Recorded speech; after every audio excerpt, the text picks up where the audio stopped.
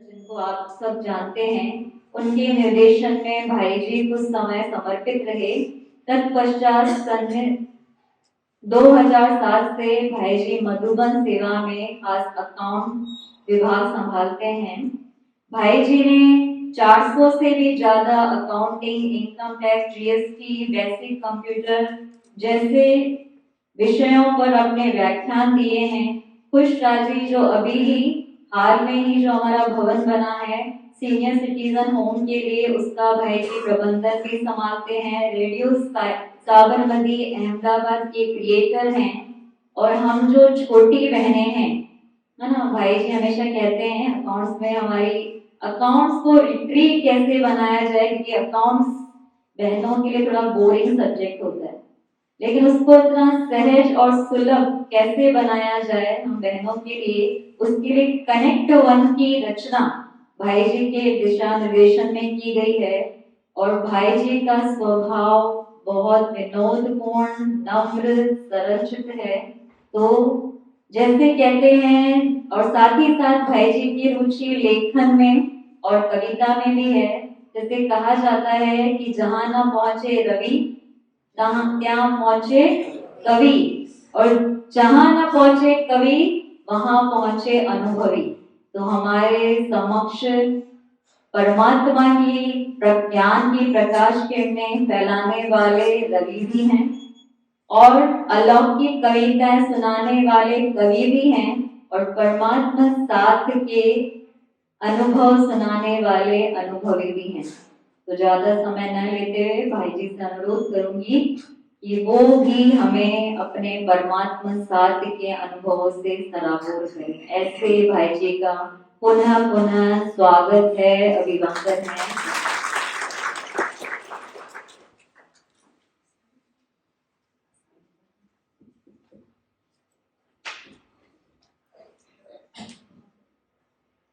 ओम शांति। अपना अति आदरणीय, सम्माननीय અને સર્વને પાલના આપવાવાળા જ્યોતિબેન, હર્ષાબેન અને બાબાના સર્વ સિલેક્ટેડ એવા દિવ્ય રતન, ખરેખર આપણે બધા બહુ ભાગ્યશાળી છીએ જે વિશ્વ પરિવર્તનના મહાકાર્યમાં બાબાએ આપણને સિલેક્ટ કર્યા છે, સહભાગી બનાવ્યા છે. ભગવાન માટે જ્યારે આ દુનિયાની રચના કરવી, એને ચલાવવું બધું જ સરળ છે, ત્યારે એને પરિવર્તન કરવું કઈ અઘરું નથી. એ ધારે તો બધું જ ઇઝીલી થઈ શકે, પણ આપણું ભાગ્ય બનાવવાનું હોય એટલા માટે આપણને સિલેક્ટ કરી અને આ થોડી પુરુષાર્થ કરાવે છે. મહેનત કહીશું કે પુરુષાર્થ કહીશું? પુરુષાર્થ કરાવે છે આપણું ભાગ્ય બનાવવા માટે, અને એના આધારે સતયુગમાં આપણને શ્રેષ્ઠ પદ પ્રાપ્ત કરે છે.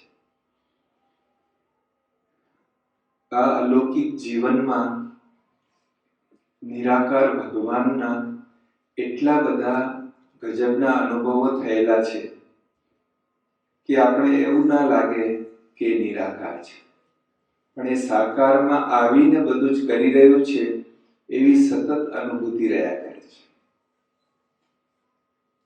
મારે જીવનના જ અનુભવોની વાત નથી, પણ આપ બધાના જીવનમાં પણ આવા વિશેષ અનુભવો બાબાએ કરાવ્યા હશે.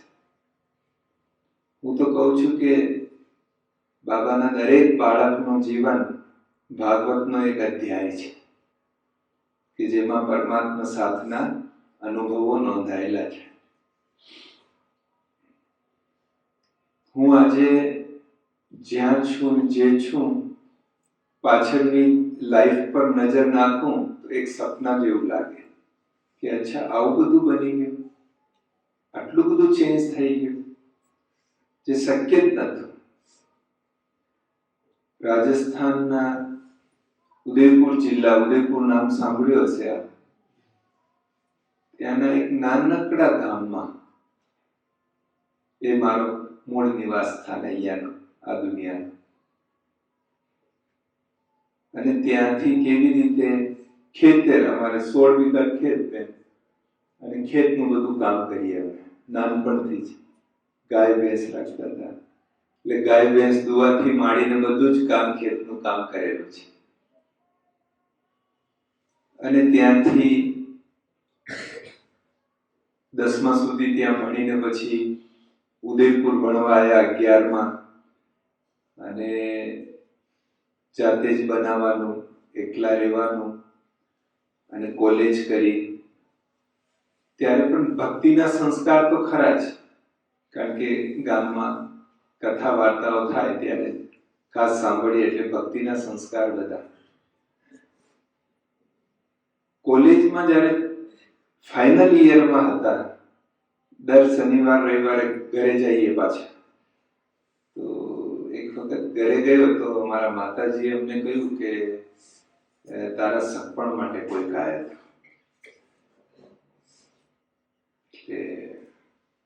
ત્યારે તો કઈ આમ જ વાત થઈ ગઈ, પણ વિચાર ચાલ્યો કે કદાચ જીવનમાં કંઈક નવું ફેઝ આવી રહ્યું છે, નવું મોડ આવી રહ્યું છે જીવનમાં.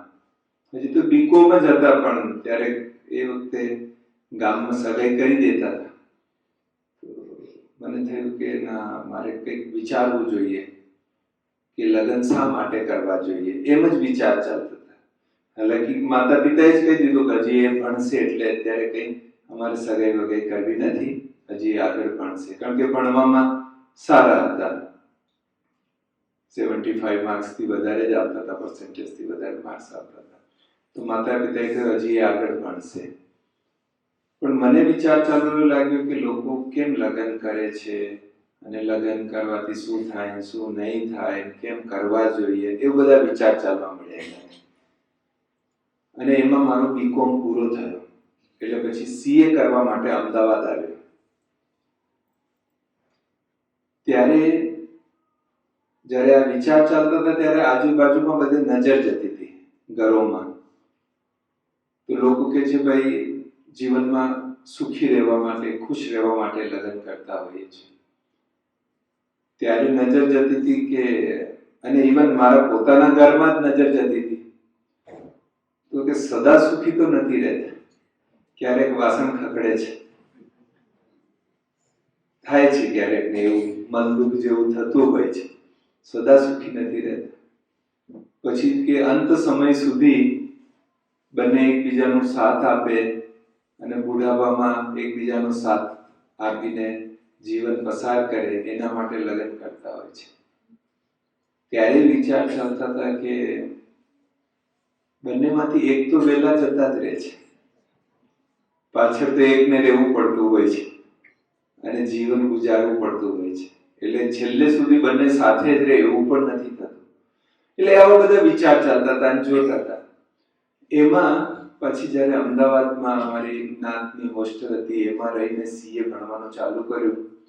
તો ત્યાં ધાર્મિક પુસ્તકો, અમારા એક સિનિયર હતા એની પાસે બહુ બધી ગીતા પ્રેસ ગોરખપુરની ધાર્મિક પુસ્તકો હતી. એટલે ફ્રી ટાઈમ હતો, વાંચતા હતા. સારી લાગતી હતી સ્ટોરી બધી ભગવાનની, કથાઓની. એમાં ગાંધીજીની જીવન કહાની વાંચવાનું સૌભાગ્ય મળ્યું. સત્યના પ્રયોગ આપમાંથી કોઈ વાંચી હશે. બહુ બહુ અદ્ભુત કિતાબ છે. એ જ્યારે ગાંધીજીની જીવન કહાની વાંચી ને ત્યારે મગજમાં બહુ જ તૂફાન ચાલ્યો કે એક સાધારણ વ્યક્તિ અંગ્રેજોની સલ્તનત, જેને કહેવાય છે કે અંગ્રેજોના રાજ્યમાં સૂરજ આથમતો નથી, કે એવી શક્તિને પણ એ હલાવી શકે, સાધારણ વ્યક્તિ. તો આપણે જીવનમાં કંઈક સારું કેમ ના કરી શકીએ? એટલે મનમાં નક્કી કર્યું કે હું પણ આ જીવનમાં કંઈક વિશેષ કરીશ. શું વિશેષ કરીશું એ ખબર નહોતું, પણ નક્કી કર્યું કે ના, મારે જીવન સાધારણ જીવન નથી જીવવું કે ભણ્યા, મોટા થયા, લગ્ન કર્યા, બાળકો થયા, પોતા થયા, મકાન બંગલો કર્યા, મરી ગયા, પછી 2 પેઢી પછી પણ દાદાનું નામ યાદ નથી કે દાદા કોણ હતા. એવું જીવન મારે નથી જીવવું. મારે કંઈક જીવનમાં વિશેષ કરવું છે જેનાથી મને મારા પણ નાશ થાય, મારા પરિવારને દેશને પણ નાશ થાય, એવું વિશેષ કરવું છે. એવું મનમાં નક્કી કર્યું. શું કરવું છે એ ખબર નથી, પણ કરવું છે કંઈક. અંગ્રેજોનો રાજ્ય તો નથી કે આંદોલન કરીએ અને આપણે પણ ચળવળ કરીએ, એવું તો કશું હતું નહીં.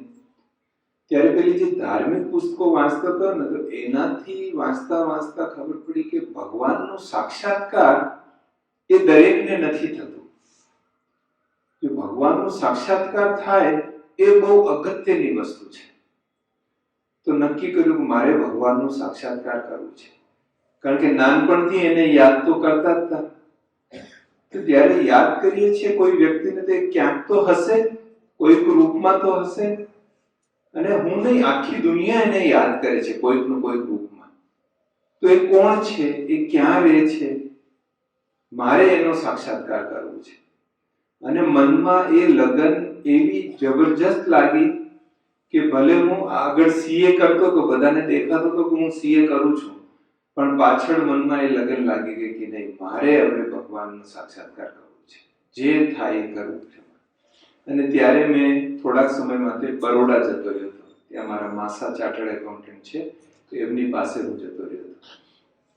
ત્યારે જે ધાર્મિક પુસ્તકો વાંચતા હતા, તો એમાં આવતો હતો કે ગુરુની વિદ્યા જ્ઞાન ના મળે, પરમાત્મા ના મળે, ગુરુ કરવા પડે. એટલે પછી મેં ગુરુ કર્યા. ગુરુ કરી અને ગુરુ મંત્રની દીક્ષા લીધી અને ગુરુ મંત્રનો જાપ ચાલુ કર્યો કે ભગવાનના સાક્ષાત્કાર થાય. પછી તો ગુરુના આશ્રમમાં 7 દિવસ મૌન તપસ્યા કરી. બધા ઘરવાળા ચિંતા કરવા માંડ્યા કે આ કંઈક વધારે પડતો ધર્મમાં જતો રહ્યો છે. ખબર તો પડી ગઈ એ લોકોને. એટલે એ લોકો પછી લગ્ન માટે પાછા પુરુષાર્થ કરવાનું ચાલુ કર્યું કે હવે એને લગ્ન કરાવી દઈએ એટલે એ કંટ્રોલમાં રહે. એટલે એના માટે પુરુષાર્થ ચાલુ કર્યા. અને મેં પછી કહેવાનું ચાલુ કર્યું, જ્યાં સુધી મારે સીએ પૂરી નહીં થઈ જાય ત્યાં સુધી મારે સત્પણ નથી કરવું. એવું મેં બહાનો કાઢ્યો અને આ બાજુ તપસ્યા કરતો હતો.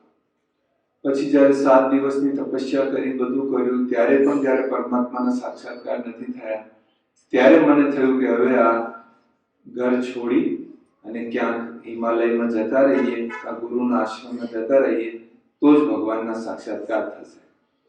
એટલે છોડવાનું નક્કી કર્યું કે બસ હવે હું છોડીને જતો રહું. બસ ત્યારની જ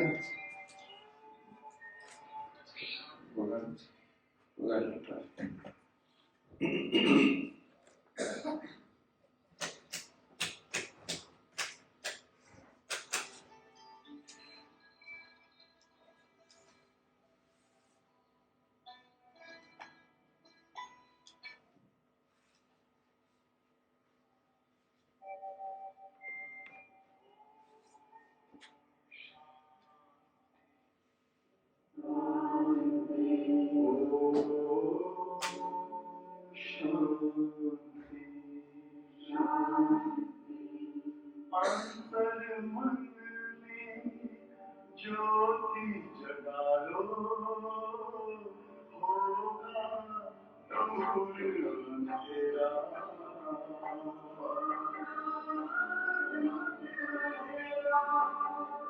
शिव का कर लो आरा, पावन पुण्य सवेरा।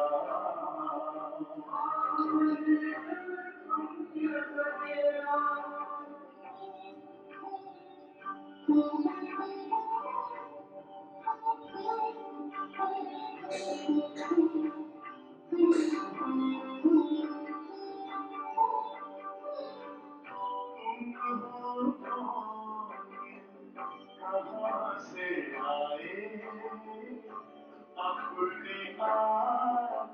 जानो, राजयोग के द्वारा अपना वर्ण पिता पहचानो। किसी राज पथ पर चलकर तुम पालो अपना बसेरा।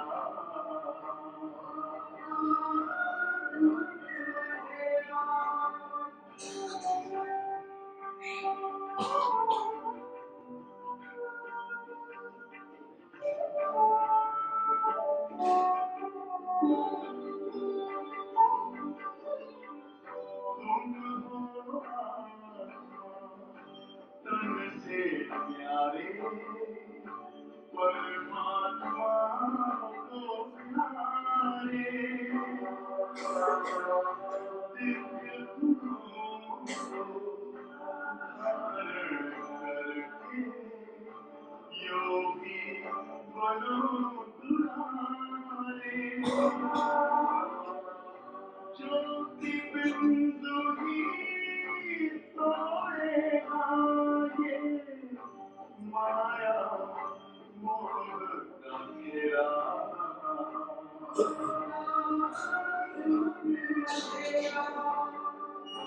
अंतर मन में ज्योति जगा लो होगा दूर अंधेरा।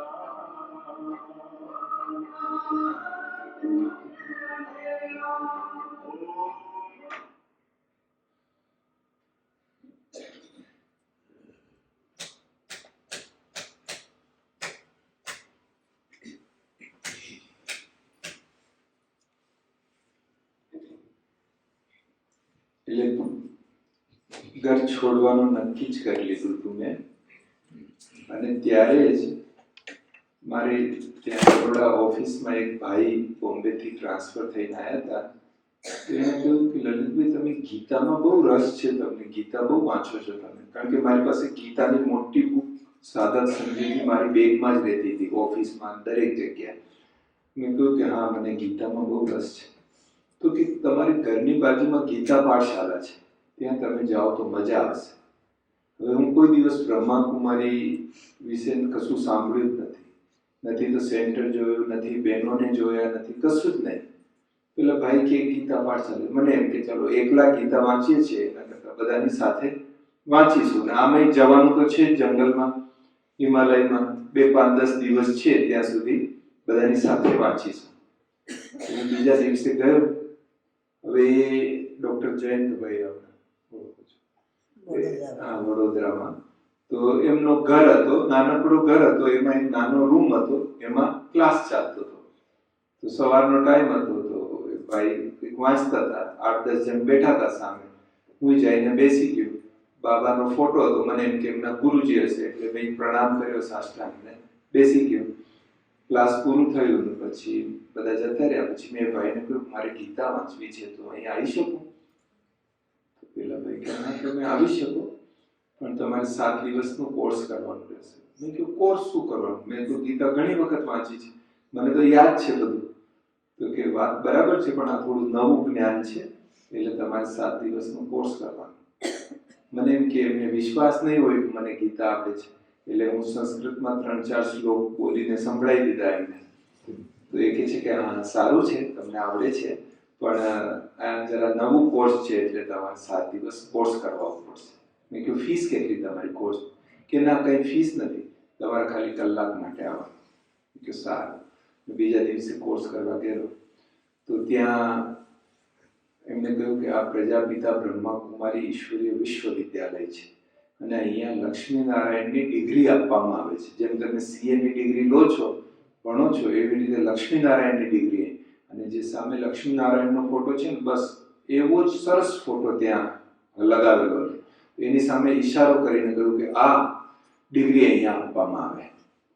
હવે એ ભાઈ પરણેલા હતા, એ મને ખબર હતી, અને લક્ષ્મીનારાયણ પરણેલા. એટલે મને એમ કે અહીંયા કોર્સ કરીએ એટલે લગ્ન કરવા કમ્પલસરી છે, કારણ કે ડિગ્રી જે આપે છે એટલે લગ્ન કરવા કમ્પલસરી છે. એટલે મેં એમને પૂછ્યું કે ભાઈ તમારે અહીંયા હું કોર્સ કરીશ તો લગ્ન કરવા કમ્પલસરી છે તમારે અહીંયા? એ ભાઈ મૂંઝાઈ ગયા કે શું જવાબ આપે. તો કે નહીં આવું ને તેવું. મેં કીધું ના, તમે મને પાકું કહો કે કમ્પલસરી કે શું? કારણ કે મારે પ્રશ્ન એટલા માટે ઉઠ્યો કે મારો લક્ષ્ય હતો ભગવાનનો સાક્ષાત્કાર કરવાનો. અને ગુરુના આશ્રમમાં સાંભળ્યું હતું, વાંચ્યું હતું કે બ્રહ્મચર્ય વ્રતનું પાલન કરીએ તો પરમાત્માના સાક્ષાત્કાર જલ્દી થાય. એટલે મેં પ્રતિજ્ઞા લીધી હતી આશ્રમમાં જ કે હું આજીવન બ્રહ્મચર્ય વ્રતનું પાલન કરીશ. અને ભક્તિમાં તો એવું સમજતા હતા કે ભાઈ લગ્ન કરીએ તો પછી બ્રહ્મચર્ય વ્રતનું પાલન ના થઈ શકે. એટલે બીજી પ્રતિજ્ઞા લીધી કે આ જીવનમાં હું લગ્ન નહીં કરું. હવે ગુરુના આશ્રમમાં બે પ્રતિજ્ઞાઓ લીધી હતી મેં, ને અહીંયા લક્ષ્મીનારાયણ બનાવતા હતા. એટલે મને થયું કે આ તો ગોટાળો થાય પાછો. એટલે ચોખવટ કરી કે ભાઈ લગ્ન કરવા કમ્પલસરી છે કે શું? તો પછી બહુ હોશિયાર હતા ડોક્ટર જયંતભાઈ સાકાર બાબાના સમયના જ્ઞાનમાં, બહુ હોશિયાર. તો કહ્યું કે જો અમે તો ભગવાનનું જ્ઞાન સંભળાઈએ છીએ, લગ્ન કરવા કે નહીં કરવા એ તમારું વ્યક્તિગત પ્રશ્ન છે. એ તમને જે યોગ્ય લાગે એ કરજો, કરવા હોય તો કરજો, ના કરવા તો ના કરતા, અમે એના માટે કંઈ નથી કહેતા. એવું એમણે મને જવાબ આપ્યો. મેં કહ્યું સારું, ચાલો આપણે કોર્સ તો કરીએ. એટલે કોર્સ ચાલુ કર્યો. આત્માનું લેસન, બીજા દિવસે પરમાત્માનું લેસન. હવે મેં એટલા બધા શાસ્ત્રો વાંચ્યા હતા, એમાં કંઈક જુદું હતું, અહીંયા કંઈક જુદું બતાવતા હતા. એટલે મગજમાં તુફાન ચાલે બહુ છે કે આ શું છે, આ લોકો કંઈક જુદું કહે છે, અને જે અત્યાર સુધી વાંચ્યું છે, સાંભળ્યું છે એ કંઈક જુદું છે. પણ આમ મનમાં થતું હતું કે આ લોકો જે કહે છે આમ બરાબર સિક્વન્સમાં બેસે છે. 2 + 2 4 થાય છે. આ લોકો જો કહી રહ્યા છે એ પ્રમાણે, હા ભાઈ બધી આત્માઓના પિતા એક પરમાત્મા છે, અને આત્મા પણ જ્યોતિ બિંદુ તો પરમાત્મા પણ જ્યોતિ. વાત બરાબર લાગે છે, કઈ વાંધો નહીં, ચાલો ને આપણે સાંભળીએ. સાંભળવામાં શું જાય? તે વખતે પણ હું 3:30 વાગ્યા ઉઠીને 4 વાગ્યા ઉઠીને નાહી ધોઈને ગુરુ મંત્રની 21 માળાનો જાપ કરવાનું, આ તે બધું બહુ ભક્તિ, એકદમ ટુ મચ. કારણ કે એક જ લગન હતી કે સાક્ષાત્કાર કરવું છે કોઈ પણ રીતે. અને એમાં પછી આ કોર્સ ચાલુ કર્યો. તો 5મા દિવસે જ્યારે સીડીનો લેસન કરાવ્યો ત્યારે જ્ઞાન એકદમ ક્લિયર થયો કે કેવી રીતે પરમધામથી આપણે સતયુગમાં આવીએ છીએ અને પછી કેવી રીતે ચક્કર લગાવી 84 જન્મોના અને પાછા ઘરે જઈએ છીએ. એકદમ જ્ઞાન ક્લિયર થઈ ગયું કે હા આ જ જ્ઞાન છે, સાચું જ્ઞાન છે. અને જે ભગવાનના હું સાક્ષાત્કાર કરવા ઈચ્છતો હતો એ સાક્ષાત ભગવાન જ મારા બની ગયા છે, મારા પિતા છે, એની મને અનુભૂતિ થઈ કે સ્વયં પરમાત્મા મારા પિતા છે. એની મને રિયલાઇઝેશન થઈ ગયું. જે મારી સાક્ષાત્કારની ઈચ્છા હતી એ 5મા દિવસે પૂરી થઈ ગઈ કે હા હું કોણ છું અને મારો કોણ છે અને મારે શું કરવું છે. પછી તો 7 દિવસનો કોર્સ પૂરો કર્યો અને 8મા દિવસે મુરલી ક્લાસમાં મને બોલાયો. એટલે હું ક્લાસમાં ગયો, મુરલી સાંભળી. પછી એમણે મને સામે બોલાયો કે આવો આપનો પરિચય આપો. એટલે હું પરિચય આપ્યો કે શરીરનું નામ લલિત છે. એકદમ સ્પષ્ટ જ્ઞાન થઈ ગયું તો કે શરીર. અને 5મા દિવસે મારી ભક્તિ એવી છૂટી કે જાણે આ જન્મમાં મેં ભક્તિ કરી જ નથી, એવી એકદમ ભક્તિ છૂટીને એકદમ બાબા અને હું, બસ એટલું જ અનુભવ થઈ ગયો. એટલે પછી 8મા દિવસે પરિચય આપતો હતો ત્યારે કે આ શરીરનું નામ લલિત છે અને આ સીએ ની સ્ટડી કરું છું, બધું પરિચય આપ્યો. પછી પૂછ્યું મને એમણે કે તમારા જીવનનું લક્ષ્ય શું હવે? કારણ કે બહુ અઘરું પ્રશ્ન પૂછ્યો, હવે તમારા જીવનનું લક્ષ્ય શું? ત્યારે મેં બહુ વિશ્વાસ સાથે, બહુ આમ નિશ્ચય સાથે કહ્યું કે હું સતયુગના પહેલા જન્મમાં શ્રી કૃષ્ણની સાથે, જે કૃષ્ણના સખા છે ને, જે 24 કલાક એની સાથે રહેતા હોય છે, એકદમ જે એનો ક્લોઝ ફ્રેન્ડ કૃષ્ણનો, એ પાર્ટ હું પ્લે કરીશ. એ મારા જીવનનું લક્ષ્ય. એવું નથી કે લક્ષ્મી બનીશ કે નારાયણ બનીશ કે આ બધું નહીં, એટલે પણ એ જે કૃષ્ણના સખાનો પાર્ટ છે એ હું પ્લે કરીશ. મારે એ બનવું છે. અને એ લક્ષ્ય જે મનમાં નક્કી કર્યું એ જ લક્ષ્ય અત્યાર સુધી પણ મનમાં ફિક્સ છે કે મારે એ પાર્ટ પ્લે કરવું છે. ત્યારે પછી ક્લાસીસ ચાલુ કર્યા. પછી હું વિચારતો હતો કે બાબા કૃષ્ણ એ આખી દુનિયાના મહારાજા બનવાના, તો કૃષ્ણના સખાનો પણ આખી દુનિયા સાથે કનેક્શન હોવું જ જોઈએ, તો જ એના સખા બની શકે. હવે હું તો પાઠશાલામાં છું, પાઠશાલામાં ક્લાસ કરું છું, બસ એટલું જ છે. પણ આખી દુનિયા જોડે મારો કનેક્શન કેવી રીતે થશે, હું કૃષ્ણનો સખા કેવી રીતે બનીશ, શું કરવું છે શું નહીં કરવું મને તો કઈ ખબર નથી પડતી. આપને જે કરાવો એ કરાવજો, પણ મારે એ પાર્ટ પ્લે કરવું છે. એટલે આ ડ્રામામાં આગળ કેવી રીતે શું થવાનું છે આપ જ જાણો છો, પણ જે આપ કહેશો હું હા કરીશ, જે નિમિત્ત કહેશે હું હા કરીશ, અને આપ મને એ પાર્ટ પ્લે કરાવજો. તો બાબાએ ત્યાંથી પાઠશાલામાંથી સબ સેન્ટરમાં, સેન્ટરમાં, સબ ઝોનમાં, ઝોનમાં અને છેક પછી મધુવનમાં લઈ ગયા મને. અને મધુવનમાં પણ એવી સેવા આપી એકાઉન્ટ્સ ડિપાર્ટમેન્ટની કે જ્યાં આખી ઇન્ડિયાની બહેનો ત્યાં મને આવીને મળે. અને લોકો દેવીઓના દર્શન કરવા બધે જાય અને દેવીઓ દર્શન આપવા મને સામેથી ત્યાં આવે મારે. એવું સૌભાગ્ય મારું. એટલે ઓલ ઇન્ડિયા સાથે કનેક્શન થયું. અને ઓલ ઇન્ડિયા સાથે કનેક્શન થયું અને બહેનો સાથે કનેક્શન થયું એટલે બધા સેન્ટર જોડે કનેક્શન થઈ, બધા ભાઈ બહેનો જોડે કનેક્શન થઈ. અને પછી તો રમેશભાઈએ સેવામાં એવો ઇન્વોલ્વ કર્યો તો વિશ્વના બધા દેશો જોડે કનેક્શન થયું. અને આખી વિશ્વમાં અત્યારે જ્યાં પણ એકાઉન્ટ, ફાઇનાન્સ, લીગલ, ડોનેશન ની બધી વાતો હોય તો બધા જ જોડે કનેક્શન અને બધાને સેવા કરવાનો સૌભાગ્ય મળ્યું.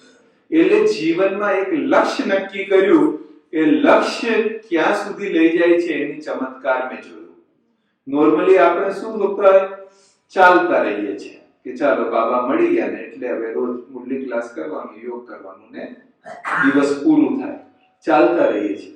પણ આપણા જીવનમાં જો લક્ષ્ય નક્કી હશે, જેમ બ્રહ્મા બાબાને લક્ષ્ય કેવો નક્કી હતો કે હું કાલે જઈને આ નાનો કૃષ્ણ બનીશ. એ ફોટો જોઈને એને નશો ચડતો હતો બ્રહ્મા બાબાને કે હું આ બનીશ, કાલે જઈને આ બનીશ, કાલે જઈને આ બનીશ. એ લક્ષ્ય બધા લક્ષણ લઈ આવ્યા જીવનમાં, એ મેં જોયું છે. તો આપણે પણ જીવનમાં ભલે બાબાના બની ગયા, ક્લાસ કરી રહ્યા છે, યોગ કરી રહ્યા છે, પણ આપણું લક્ષ્ય આપણી સામે સ્પષ્ટ હોવું જોઈએ.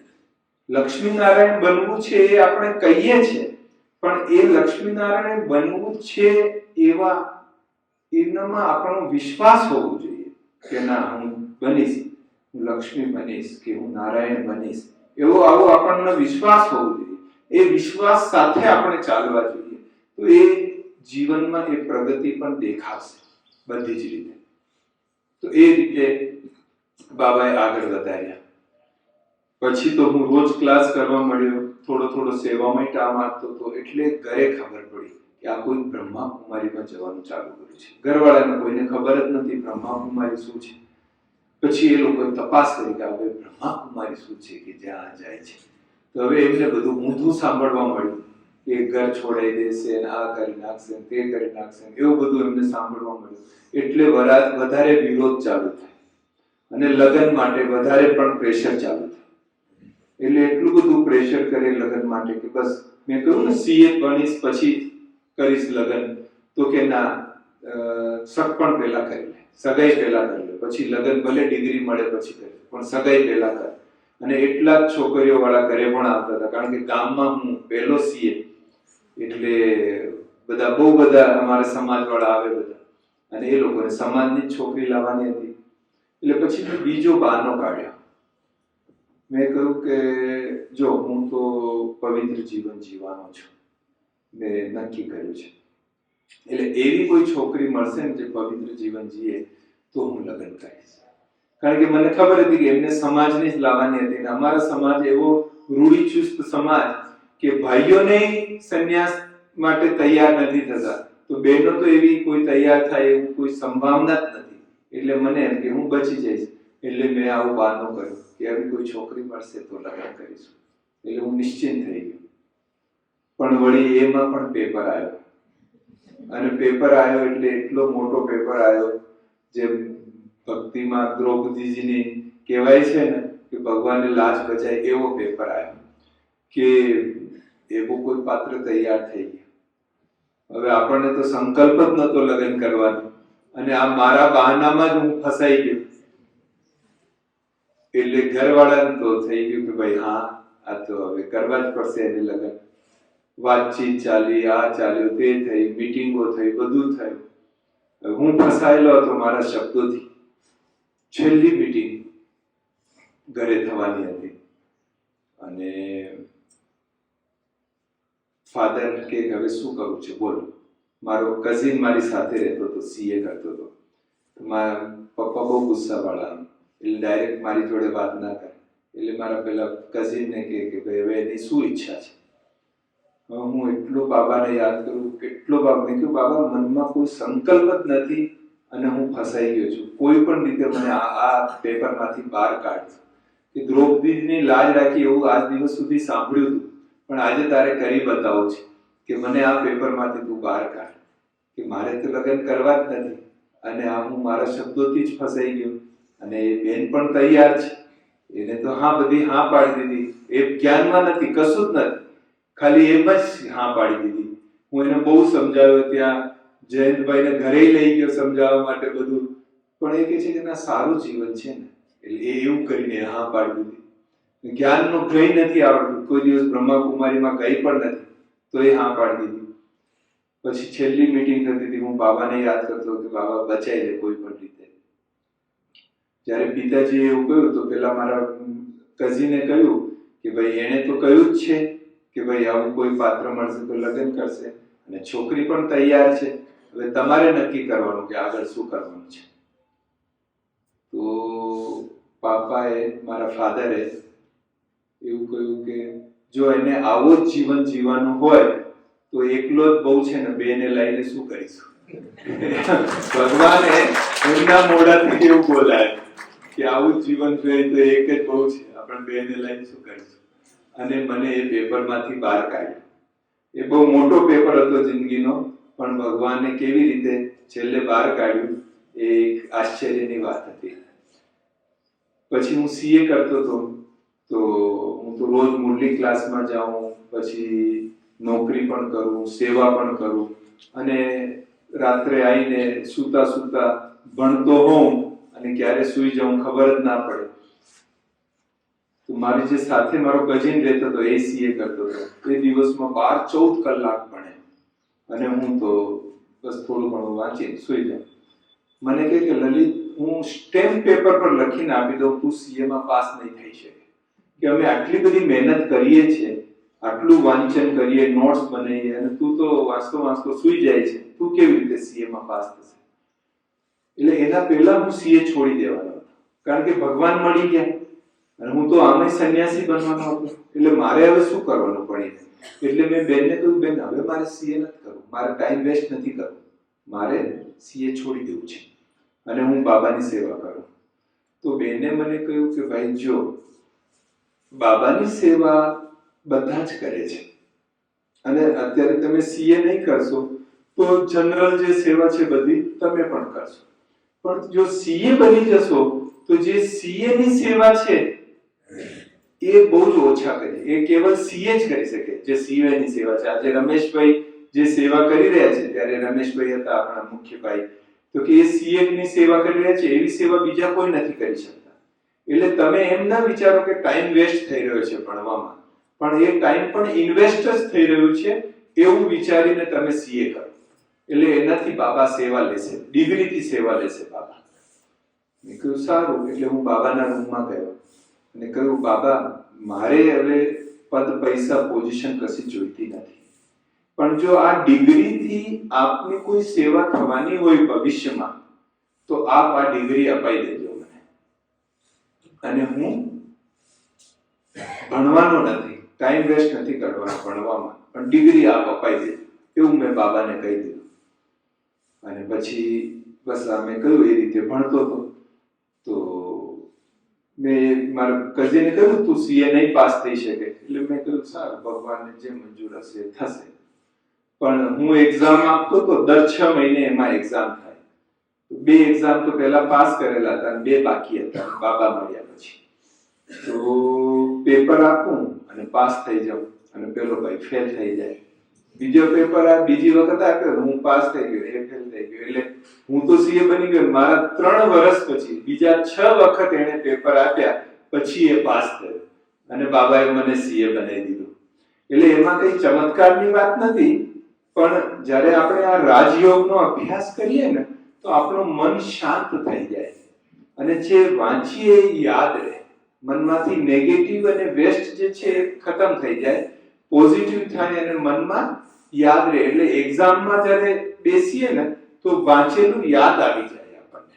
મન શાંત હોય ને તો વાંચેલું યાદ આવી જાય એટલે આપણે પાસ થઈ જઈએ. એવી ઘણી છે એની પાછળ. આ રાજયોગનું ભણાઈમાં બહુ મહત્વ છે. એકાગ્રતાની શક્તિ વધે અને એનાથી આપણને જે છે એ એક્ઝામમાં સફળતા મળી જાય. એવી રીતે હું પાસ થઈ ગયો તરત, અને મારા 6 એટેમ્પ પછી એ પાસ થયો, 3 વર્ષ પછી એ પાસ થયો. તો એવી રીતે બાબા એની બહુ મદદ આમાં પણ મળી. સીએ થઈ ગયો અને પછી તો સેવા કરતા હતા. અને જ્યારે હું ગામડે જાઉં મારા ઘરે, ત્યારે બધા મને ગામમાં ભેગા થઈ જાય સાંજે મારા ઘરે. મને સાંભળવા માટે નથી ભેગા થતા, મને સમજાવવા માટે ભેગા થાય કે એ જ કે ભાઈ લગ્ન કરી લે, મા બાપની સેવા કરી લે. આ છે. એક વખત તો પિતાજીએ કહ્યું કે હવે શું કરવું છે તારે, બોલ. મેં કહ્યું કે બસ આ પવિત્ર જીવન જીવીશ, તમારી સેવા કરીશ. તો આજ પછી ઘરમાં આ ગામમાં પગ મૂક્યો તો પગ કાપી નાખીશ, એટલું બધું વિરોધ. 7 વર્ષ સુધી મારે બાંધેલાનો પાઠ રહેલો છે. બહેનોને બાંધેલીનો પાઠ રહે ને, મારે 7 વર્ષ સુધી બાંધેલાનો પાઠ રહ્યો. પછી તો હું અમદાવાદ નોકરી જોઈન કરી લીધી હતી. બરોડાથી અમદાવાદ આવી ગયો હતો અને ત્યાં નોકરી જોઈન કરી હતી. તો ત્યાં મારી દાદી મારી સાથે રહે કે આ સેન્ટરે ના જવું જોઈએ, આ ના જવું જોઈએ. પછી કે આ રોજ સેન્ટરે જાય છે એ બધું. એટલે મને મારા નડિયાદમાં મારા મામા રહે છે, તો કે તારે નડિયાદ રહેવાનું અને ત્યાંથી અમદાવાદ અપડાઉન કરવાનું, પણ સેન્ટરે નહીં જવાનું. એટલે 1 મહિનો મને ત્યાં રાખ્યો એ લોકો. હું એમની દરેક વાત માનતો હતો. બીજી બધી વાત, જ્ઞાન આપણે ક્લાસ કરવાનું, મુરલી સાંભળવાની, બાબાને ધારણા કરવાની, આ બધું, પણ સાથે સાથે એ લોકોની વાત માનવાની. એટલે એ લોકોને બહુ દુઃખ ના થાય એના એ રીતે. હું નડિયાદથી અપડાઉન કરતો હતો, પણ અપડાઉન કરતો હતો તો રેલવે સ્ટેશનથી સ્કૂટર લઈને સીધો સેન્ટરે જાઉં. પહેલા મુરલી વાંચી પછી નોકરીએ જાઉં. આપણું તો મુરલી ક્લાસ તો બધું ચાલુ જ હતું. તો એ રીતે બધું થતું હતું. લગ્ન, જ્યારે આ લગ્નની વાત થઈ એના પહેલાની વાત છે, કારણ કે એ લોકો મને બહુ પ્રયાસ કરતા હતા લગ્ન માટેના. તો હું એક વખત ગામડે ગયો ને તો મમ્મી પપ્પા કે ચાલો એક જગ્યા આપણે જવું છે. ક્યાં જવું છે ના કહ્યું, કે સારું જવું છે. હું સાથે ગયો. તો એક અમારા નાતના ગુરુ છે, એમને ત્યાં લઈ ગયા. એમનું સત્સંગ ચાલતું હતું, તો ત્યાં અમારે 50 કિલોમીટર દૂર હતું, તો ત્યાં લઈ ગયા. અને પછી ગુરુના રૂમમાં ગયા.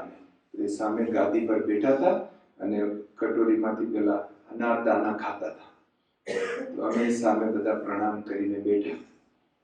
તો એક ભાઈ જે અમને લઈ ગયો તો એમને પરિચય આપ્યો કે આ ફલાણા ગામથી આવ્યા છે, આ ભાઈએ સીએ કર્યું છે પણ લગ્ન નથી કરતા અને ઘરવાળા બહુ દુઃખી છે એના લીધે, તો તમે એમને સમજાવો. તો પેલા ગુરુજીએ મને પૂછ્યું કે क्या नाम है? तो मैं कहूँ शरीर का नाम ललित है. જેમ હું બોલ્યો ને શરીર કા નામ લલિત है, એટલે એને વાટકી બાજુમાં મૂકી દીધી. કારણ કે આવું જવાબ તો આ દિવસ કોઈ એમને આપ્યું જ નથી કે શરીર का नाम ललित है. तो કે आत्मा का क्या नाम है? मैंने कहा आत्मा का तो गुणवाचक नाम आप कुछ भी कह दीजिए, शांत स्वरूप, प्रेम स्वरूप, आनंद स्वरूप. क्या करते हो? इनका मैं ब्रह्मा कुमारी में राजयोग का अभ्यास करता हूँ. अच्छा, राजयोग का अभ्यास तो बहुत अच्छा है. आप लोगों का जीवन तो बहुत उत्तम जीवन है, आप लोगों का योग बहुत उत्तम योग है. ये हमारी महिमा करवा पड़े कि राजयोग ब्रह्मा कुमारी बहुत अच्छा. मेरे भी आबू रोड में सप्ताह जी का कार्यक्रम था, तो बड़ी दादी जी आए थे, मुझे शॉल पहना के मेरा सम्मान किया. आप लोगों का जीवन तो बहुत अच्छा जीवन है.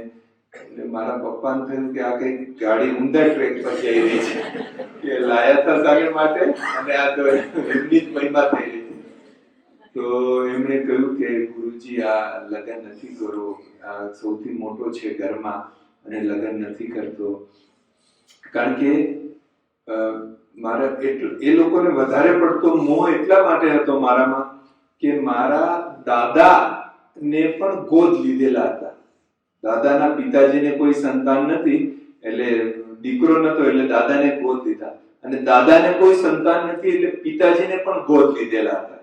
અને ત્રીજી પેઢી પર હું પહેલો બાળક તરીકે જન્મ્યો હતો.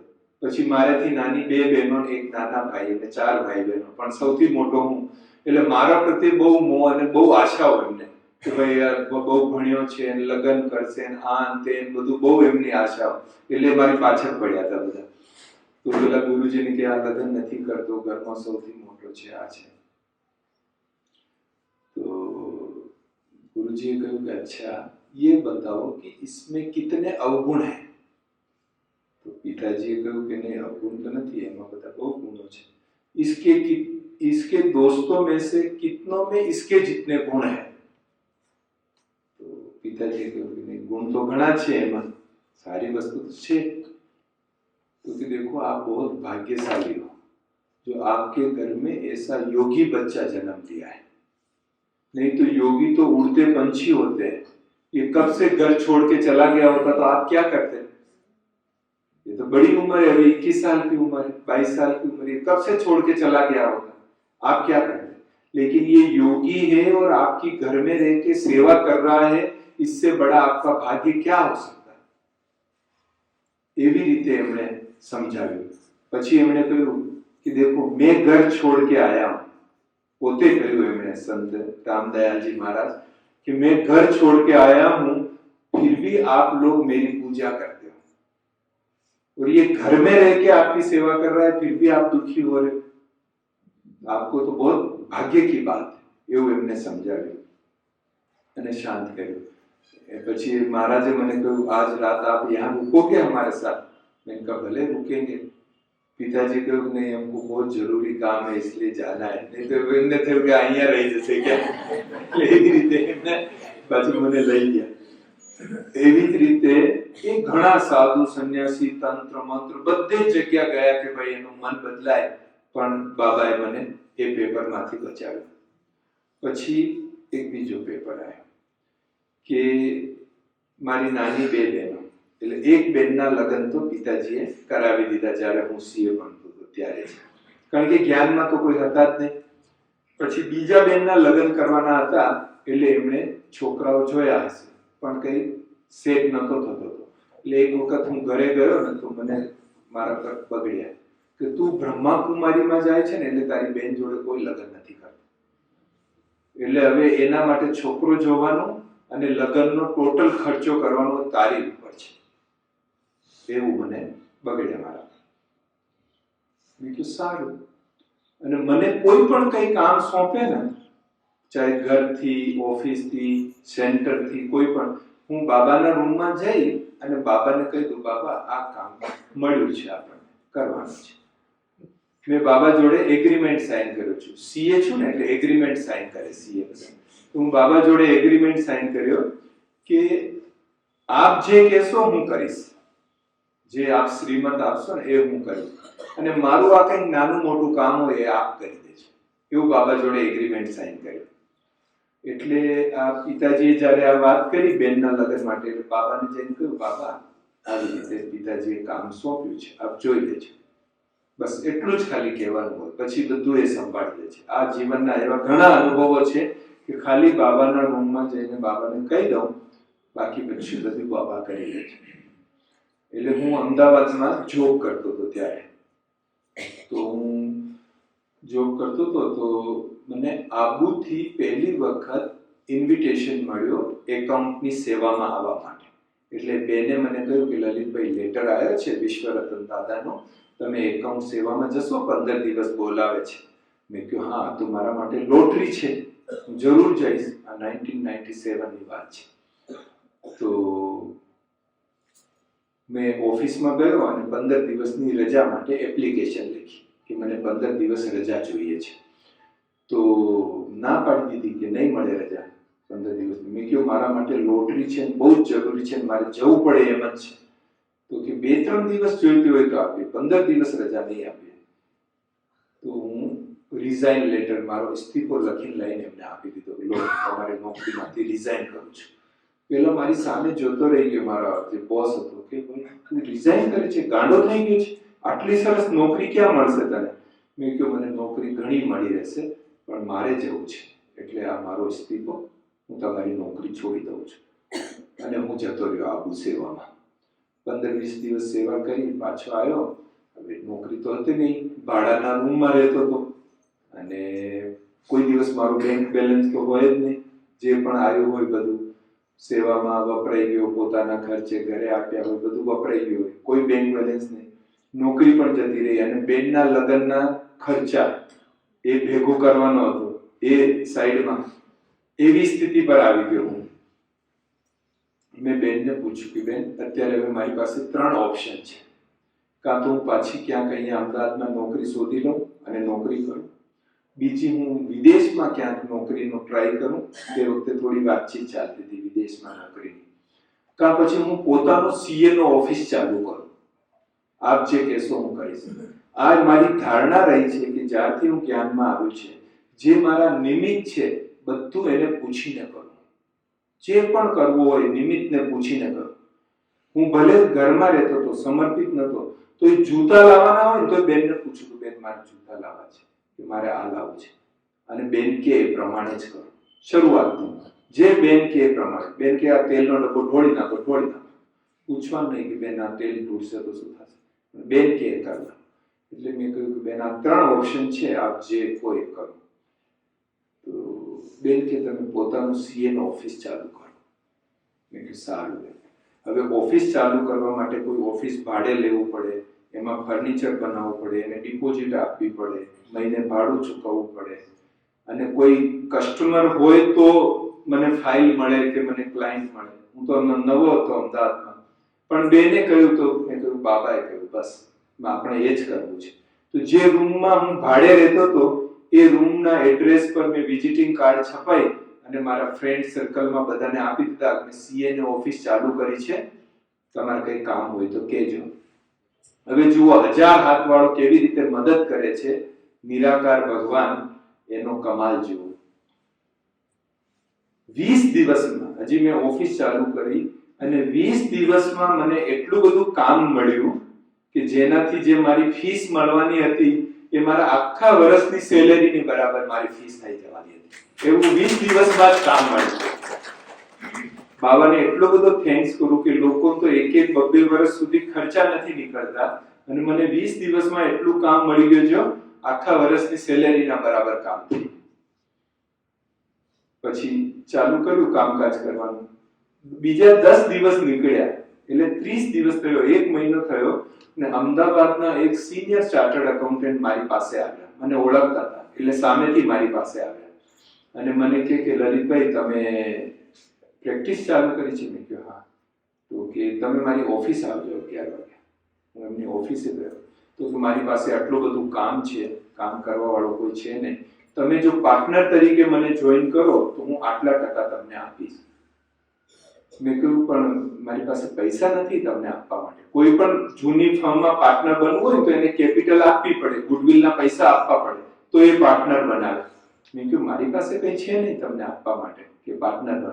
કે તમે ચાર્ટર્ડ એકાઉન્ટન્ટ છો ને, પછી બીજું કંઈ નથી જોઈતું. આ ઓફિસ બેસો, તમે કામ ચાલુ કરો ને આ મહિનાથી જ આટલા ટકા તમને આપીશ. મેં કહ્યું સારું, તમને સાંજે કહીશ. એટલે હું બેનને પૂછ્યું કે બેન આ પાર્ટનર માટે કે છે, શું કરું, પાર્ટનર જોઈન કરું? બેન કે હા જોઈન કરો. એટલે હું પાર્ટનરશિપ જોઈન કરી લીધી.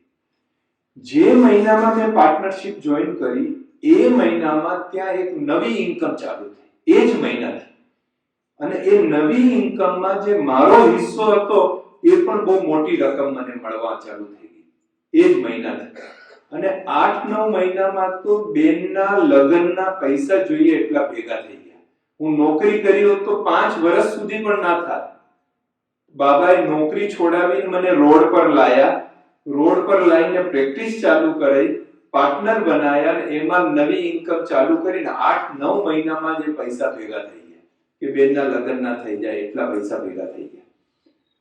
અને સંજોગોથી એક બહુ સારો પરિવાર પણ મળી ગયો, બહુ સારો છોકરો મળી ગયો. અને એના લગ્ન કરાયા, બહુ ધૂમધામથી લગ્ન થયા. પપ્પા વિચાર કરે કે આની નોકરી છૂટી ગઈ, આની પાસે પૈસા ક્યાંથી આવ્યા, આ લોન લીધો છે કે શું કર્યું છે. પણ એમને ખબર નથી કે 1000 હાથ વાળો એની સાથે છે, એ એને ખબર નથી. બહુ સારી રીતે લગ્ન પતી ગયા, બહુ સારી રીતે પત્યા. પછી લગ્ન પૂરા થયા, બધા બેઠા હતા. તો એ છોકરાના પપ્પા અને મારા પપ્પા બેઠા હતા, હું ત્યાં બેઠો. તો એ છોકરાના પપ્પા કે તમને ખબર છે કે આપણો કોઈ પરિચય નહોતો, છતાં તમારી છોકરીને અમે કેમ લઈ જઈએ છીએ, લગ્ન કરીને કેમ લઈ જઈએ છીએ. તો મારા પપ્પા કે કેમ લઈ જઈએ છીએ, કેમ લઈ જાઓ છો, આપણને ઓળખાણ નથી. તો કે પહેલી વખત જ્યારે તમે ને લલિતભાઈ આવ્યા હતા છોકરાને જોવા માટે, અને લલિતભાઈનો જે પરિચય મને મળ્યો, ત્યારે મારા મનમાં થયું કે જે ઘરમાં આવો સંસ્કારી ભાઈ છે એની બેન કેટલી સારી હશે જે મારા ઘરને સંભાળશે, એટલે અમે લઈ જઈએ. મારા પપ્પાએ મને શું કહ્યું હતું કે તું બ્રહ્માકુમારીમાં જાય છે એટલે તારી બેન જોડે કોઈ લગ્ન નથી કરતા. અને બાબાએ જવાબ શું અપાયું કે આ બ્રહ્માકુમારીમાં જાય છે એટલે આ તમારી બેનને અમે લઈને જઈએ છીએ. આ ભગવાનની રીત છે, કરાવવાની, કામ કરાવવાની રીત છે. આપણી સામે ઘણી બધી સમસ્યા હોય છે, ત્યારે આપણે શું વિચારીએ, અચ્છા આપણે આવું કરી લઈએ, અચ્છા ચલો આવું ના થાય ને તો આવું કરી લઈશું, આ પણ ના થાય તો આ કરી. આપણે ABCD ઓપ્શન વિચારીએ કોઈ પણ સમસ્યા.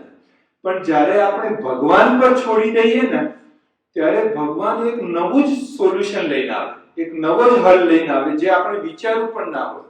એટલું સરળ, એટલું સહજ ને એટલું વન્ડરફુલ હોય છે કે આપણે આમ કમાલ થઈ જાય એવી રીતે આપણને લાગતું હોય છે. એક ગામમાં એક સંત કથા કરતા હતા, અને કથામાં ભગવાનની બહુ મહિમા કરી કે ભગવાન આમ કરી નાખે, તેમ કરી નાખે, તમને બધી સમસ્યામાંથી બહાર કાઢી લે, બસ તમે વિશ્વાસ રાખો એના પર. અરે તમે પેડ પરથી નીચે પડો, ઝાડ પરથી નીચે, તલવાર હોય તો તમને બચાવી લે, પ્રહલાદને બચાવે, એનું બહુ મહિમા કરી. કથા પૂરી થઈ, બધા પોતપોતાને ઘરે ગયા. સાંજે એ સંત નદી પર નાવા જતા હતા ગામની બહાર. ત્યાં દૂરથી જોયું તો એક ભાઈ એક ઝાડ પર ચડે છે, નીચે ઉતરે છે, ચડે છે, નીચે ઉતરે છે. સંતને થયું કે આ શું કરે છે, એટલે નજીક ગયા. નજીક ગયા તો જોયું કે વ્યક્તિ ઝાડ પર ચડે છે, નીચે એક તલવાર આવી, આમ ઊભી જમીનમાં રોપેલી તલવાર, અને એ ચડીને પાછું ઉતરે. તો ભાઈ આ શું કરે છે તું, આ તલવાર શું છે, તું નીચે ઉપર ચડે છે, નીચે ઉતરે છે. તો કે મહારાજ તમે ભૂલી ગયા, આજે તમે કથામાં કહ્યું હતું. તો કે શું કહ્યું હતું, કે તમે એમ કહ્યું હતું કે તમે ઝાડ પરથી નીચે પડો, નીચે તલવાર હોય તો પણ ભગવાન તમને બચાવી લેશે. મહારાજને યાદ આવ્યું કે હા મેં આજ કહ્યું હતું ખરું કથામાં. તો કે હા મેં કહ્યું હતું. તો પેલો ભાઈ કે હું એ જ આજ પ્રયોગ કરું છું કે હું ઉપર ઝાડથી પડું અને ભગવાન મને બચાવી લે તલવાર પરથી પડું. તો સંત વિચારવા મળ્યા કે આ તો ખરો કરે છે. તો કે તો પછી તું ઉપર ચડે છે તો નીચે કેમ ઉતરે છે, પડ ને તલવાર પર. સંતે ભાઈને કહ્યું કે પડ ને પછી નીચે કેમ ઉતરી જાય પાછું. તો કે આમ ઉપરથી જોઉં છું ને તલવાર બાજુ, તો મનમાં વિચાર આવે કે આવશે કે નહીં આવશે, બચાવવા એ આવશે કે નહીં આવશે. તો સંતે કહ્યું કે નહીં આવે. જ્યાં સંશય હોય ને ત્યાં એ નથી આવતો, પણ જ્યાં નિશ્ચય હોય ને ત્યાં એ અચૂક આવે ને આવે ને આવે છે અને મદદ કરે છે, પણ વિશ્વાસ હોવો જોઈએ.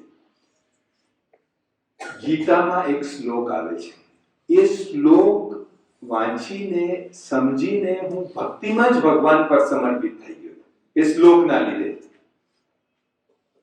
એ એટલું સરસ એની વ્યાખ્યા છે કે ખાલી તમે ભગવાનને યાદ કરો, એક ભગવાનને યાદ કરો, બાકી બધી જવાબદારી એના ઉપર છે. યોગક્ષેમ વહામ્યહમ ભગવાન કહે છે ગીતામાં કે તમે એક જ મારી યાદમાં રહો.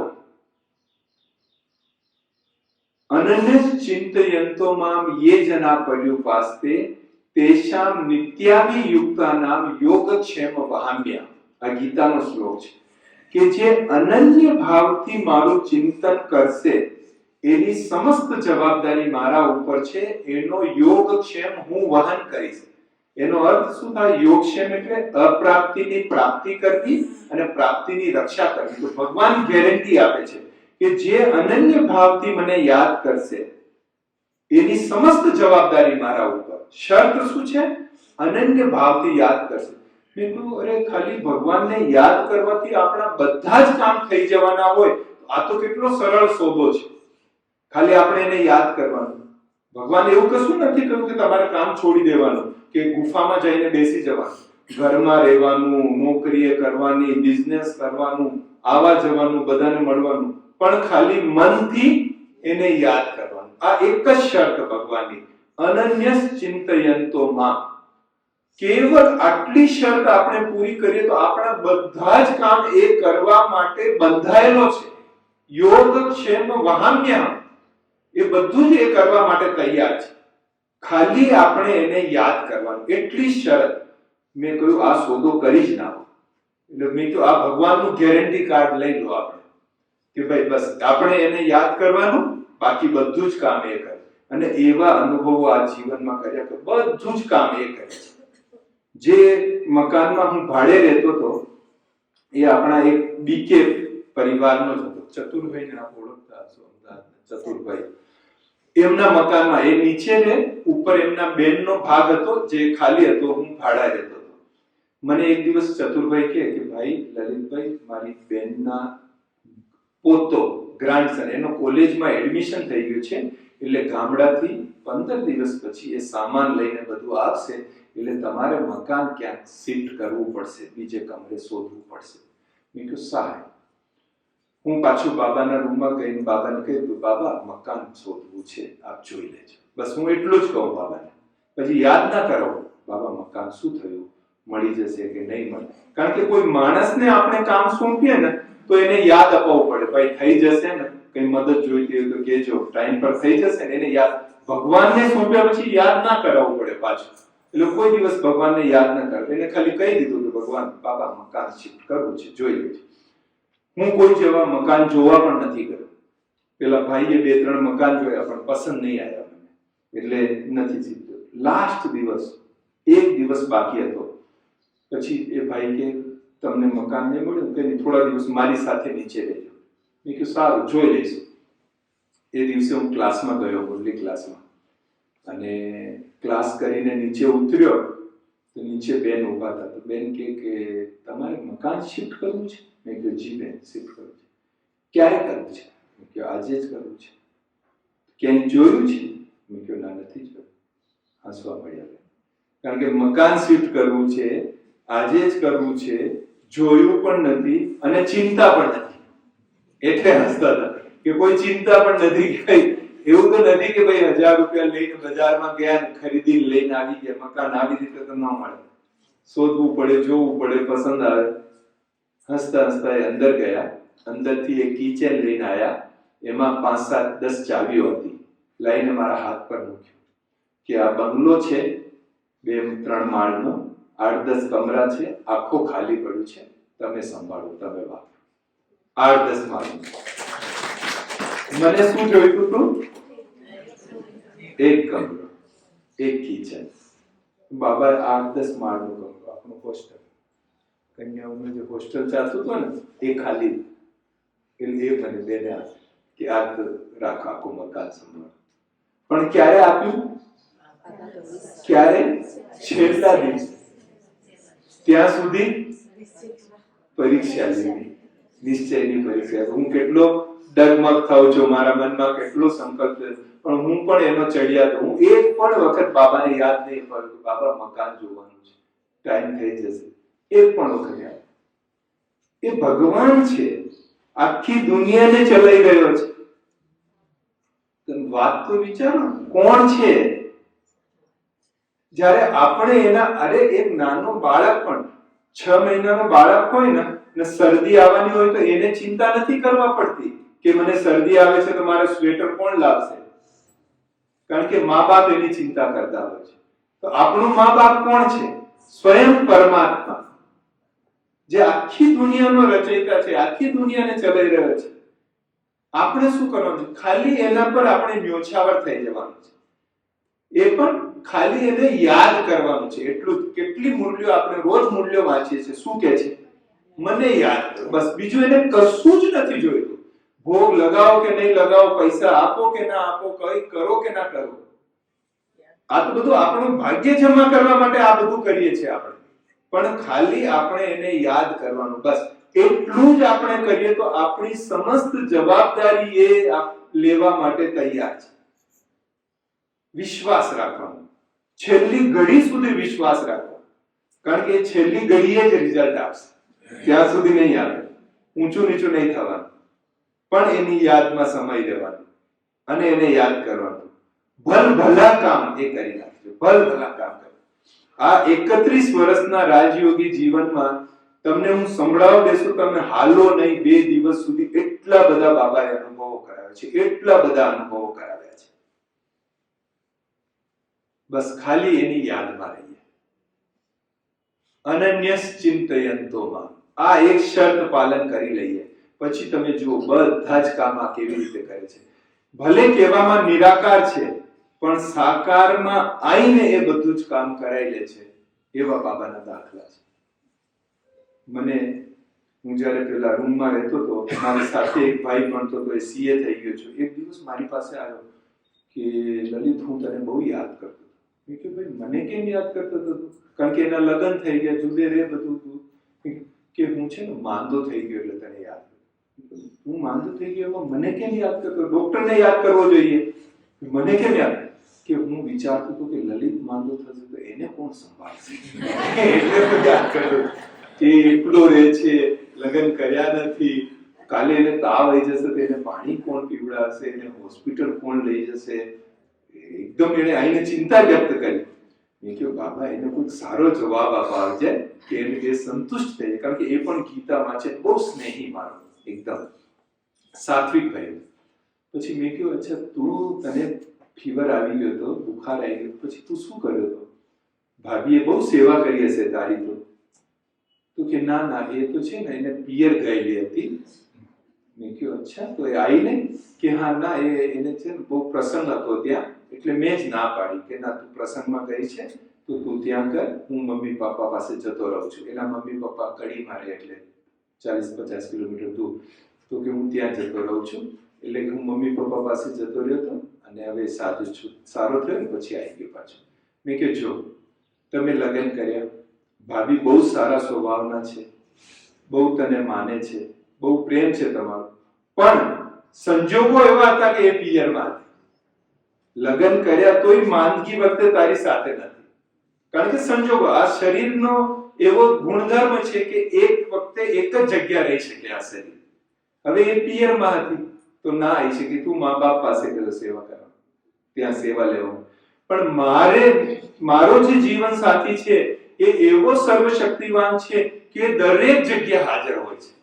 દરેક જગ્યા જ્યાં પણ હું છું ત્યાં મારી સાથે હાજર હોય ને મારી મદદ કરવા માટે કોઈને પણ નિમિત્ત બનાવી દે છે. કારણ કે મારા પરિવારને પણ એ જ તકલીફ હતી, આ શું કરશે, એમ એકલો રહેશે, શું કરશે, માંદો થઈ જશે, સાજો થઈ જશે, શું થઈ જશે. પણ મારે શું થયું, પગમાં એક્સિડન્ટ થઈ ગયો, સ્કૂટર પરથી પડી ગયો, ફ્રેક્ચર થઈ ગયું, 2 મોટા ઓપરેશન થયા. ત્યારે મેં સેન્ટર પર મને રાખ્યો, એને સમર્પિત નહોતો હું, તોય મને સેન્ટર પર રાખીને બધી સેવા કરી. અને પરિવાર વાળા બધા મળવા આવતા હતા, મિત્ર સંબંધીઓ બધા સેન્ટર પર મળવા આવતા હતા, જોતા હતા કે એની તો સરસ સેવા થઈ રહી છે. ત્યારે ઘરવાળાની ચિંતા દૂર થઈ અને કહ્યું કે હવે અમને એ ચિંતા નથી કે તારી સેવા કોણ કરશે, પણ અમને એ ચિંતા છે કે અમારી સેવા કોણ કરશે. એ ચિંતા અમને થઈ ગઈ છે. તો ભગવાનના બહુ રીત ન્યારી છે. બસ આપણે એના પર વિશ્વાસ રાખીએ, બધું એને સોંપી દઈએ. સબ સોંપ દો પ્યારે પ્રભુ કો, સબ સરળ હો જાયેગા. બસ આવો વિશ્વાસ રાખીને ચાલીએ તો બધું જ બાબા આપણું ઉપાડવા તૈયાર છે. બધું જ ઉપાડવા તૈયાર છે. લૌકિક હોય, અલૌકિક હોય, બધું જ ઉપાડવા તૈયાર છે. હા, તો ભાગવતની કથા છે, સંભળાઈએ એટલી ઓછી, પણ ટાઈમ થઈ ગયો છે, આપ બધાને જવાનું છે. બહુ ખુશી થઈ. હું આદરણીય જ્યોતિબેનને અને હર્ષાબેનને બહુ થેન્ક્સ કરવા માંગુ છું કે જે મને બોલાવ્યો. અને આ બધા 84 જન્મના સંબંધી છો ને, બધા 84 જન્મમાં મળીશું ને આપણે ક્યારેક ને ક્યારેક.